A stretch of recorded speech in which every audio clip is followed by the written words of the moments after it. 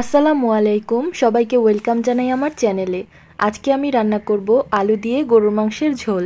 এই রান্নাটা কম বেশি সকলেই পারেন, তারপরেও শেয়ার করছি যারা নতুন রাঁধুনি আছেন বা ব্যাচেলার ভাইয়েরা, প্রবাসী ভাইয়েরা আছেন, তাদের জন্য অনেক উপকারে আসবে। আর আমার কাছে মনে হয় এটা হচ্ছে গরুর মাংসের সবচাইতে বেস্ট একটা রেসিপি। এটা কিন্তু আপনারা রুটি, পরোটা, গরম ভাত অথবা পোলাও সবকিছুর সঙ্গেই সার্ভ করতে পারবেন। আমার রেসিপিটি ভালো লাগলে লাইক, কমেন্ট, শেয়ার করে পাশে থাকবেন।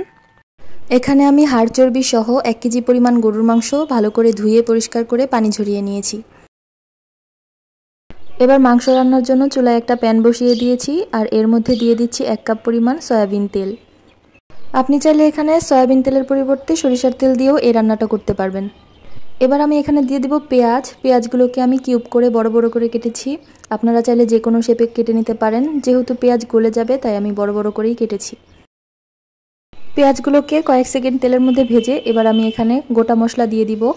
এখানে আমি 4 টুকরা দারুচিনি নিয়েছি, 7-8টা এলাচ আর 4টা তেজপাতা নিয়েছি। এবার এগুলোকে আমি তেলের মধ্যে দিয়ে দিব।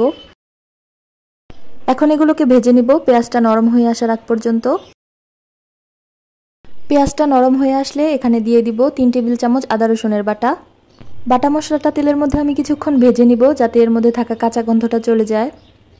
আদা রসুনটা ভাজা হয়ে গেলে এখন এর মধ্যে দিয়ে দিব 1/2 টেবিল চামচ হলুদের গুঁড়া, 1.5 টেবিল চামচ পরিমাণ মরিচের গুঁড়া, 1/2 টেবিল চামচ পরিমাণ জিরার গুঁড়া আর 1/2 টেবিল চামচ পরিমাণ দিয়ে দিব ধনিয়ার গুঁড়া। এবার দিয়ে দিব স্বাদমতো লবণ। এখন এই মশলাগুলোকে নেড়েচেড়ে মিশিয়ে নিব। একটুখানি পানি দিয়ে দিচ্ছি যাতে মশলাগুলো পুড়ে না যায়। আবারও নেড়েচেড়ে আমি মশলাগুলোকে 5 মিনিটের মতো কষিয়ে নিব। মশলাগুলোকে আমি 5 মিনিট কষিয়ে নিয়েছি। আমার মশলা থেকে তেল ছেড়ে দিয়েছে। মশলাগুলো কষানো হয়ে গেলে এখন আমি আগে থেকে ধুয়ে রাখা মাংসগুলোকে এর মধ্যে দিয়ে দিব। এবার মাংসগুলোকে মশলার সঙ্গে খুব সুন্দর করে মিশিয়ে আমি বেশ কিছুক্ষণ যাবত এগুলোকে সময় নিয়ে কষিয়ে নিব। মাংসগুলোকে মশলার সঙ্গে খুব সুন্দর করে মেশানো হয়ে গেলে এই পর্যায়ে আমি ঢাকনা দিয়ে 5 মিনিটের জন্য মাংসগুলোকে কষিয়ে নিব।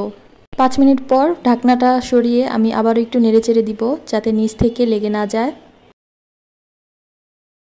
এবার আবারও আমি কিছুক্ষণ ঢেকে দিয়ে রান্না করব যতক্ষণ পর্যন্ত না মাংসটা 50% সেদ্ধ হয়ে যায়।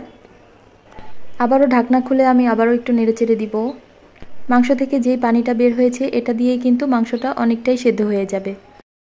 এই পর্যায়ে আমি আবারও ঢেকে দিয়ে রান্না করব যতক্ষণ পর্যন্ত না মাংসের পানিটা শুকিয়ে যায়। মাংস থেকে যেই পানিটা উঠেছিল সেটা কিন্তু সম্পূর্ণভাবেই শুকিয়ে গেছে। এই পর্যায়ে আমি আবার একটু নেড়েচেড়ে দিচ্ছি। এই পর্যায়ে কিন্তু আমার মাংসটা 50% সেদ্ধ হয়ে গেছে। এবার আমি ঝোলের জন্য পানি দিয়ে দিব যাতে করে মাংসটা বাকি 50%ও সিদ্ধ হয়ে যায়। এবার একটু নেড়েচেড়ে আমি আবারও ঢাকনা দিয়ে 15 মিনিটের জন্য রান্না করে নিব। 15 মিনিট রান্না করার পর আমি আবার ঢাকনা খুলে এবার এখানে 250 গ্রামের মতন আলু আমি মাঝখান থেকে কেটে কিউব করে কেটে নিয়েছি, সেগুলোকে এখানে দিয়ে দিলাম। আলুগুলোকে দিয়ে আমি আবারও কিছুক্ষণ একটু নেড়েচেড়ে নিব। এই পর্যায়ে আমি আবারও ঢাকনা দিয়ে রান্না করে নিব 10 থেকে 15 মিনিটের জন্য। আমি 10 মিনিট রান্না করে নিয়েছি। এবার দেখব মাংসটা পুরোপুরি সিদ্ধ হয়েছে কিনা। তো আমার মাংসটা পুরোপুরি সিদ্ধ হয়ে গেছে। এই পর্যায়ে আমি 1/2 টেবিল চামচের মতন ভাজা জিরার গুঁড়া এখানে দিয়ে দিব। খেয়াল রাখবেন ভাজা জিরার গুঁড়াটা কিন্তু একদম রান্নার শেষে দিতে হবে। ভাজা জিরার গুঁড়াটা দিয়ে আমি আবারও একটু নেড়েচেড়ে দিব। তো আমার মাংস রান্নাটা কিন্তু হয়ে গেছে। আমি ঝোলটা আমার পছন্দ মতন রেখেছি। আপনারা চাইলে আপনাদের পছন্দ মতন কমিয়ে বা বাড়িয়ে আর একটু বেশি ঝোল রাখতে পারেন। তৈরি হয়ে গেল আমার দারুণ স্বাদের গরুর মাংসের ঝোল। এটা কিন্তু ভাত, রুটি, পরোটা সবকিছুর সঙ্গে আপনারা সার্ভ করতে পারবেন।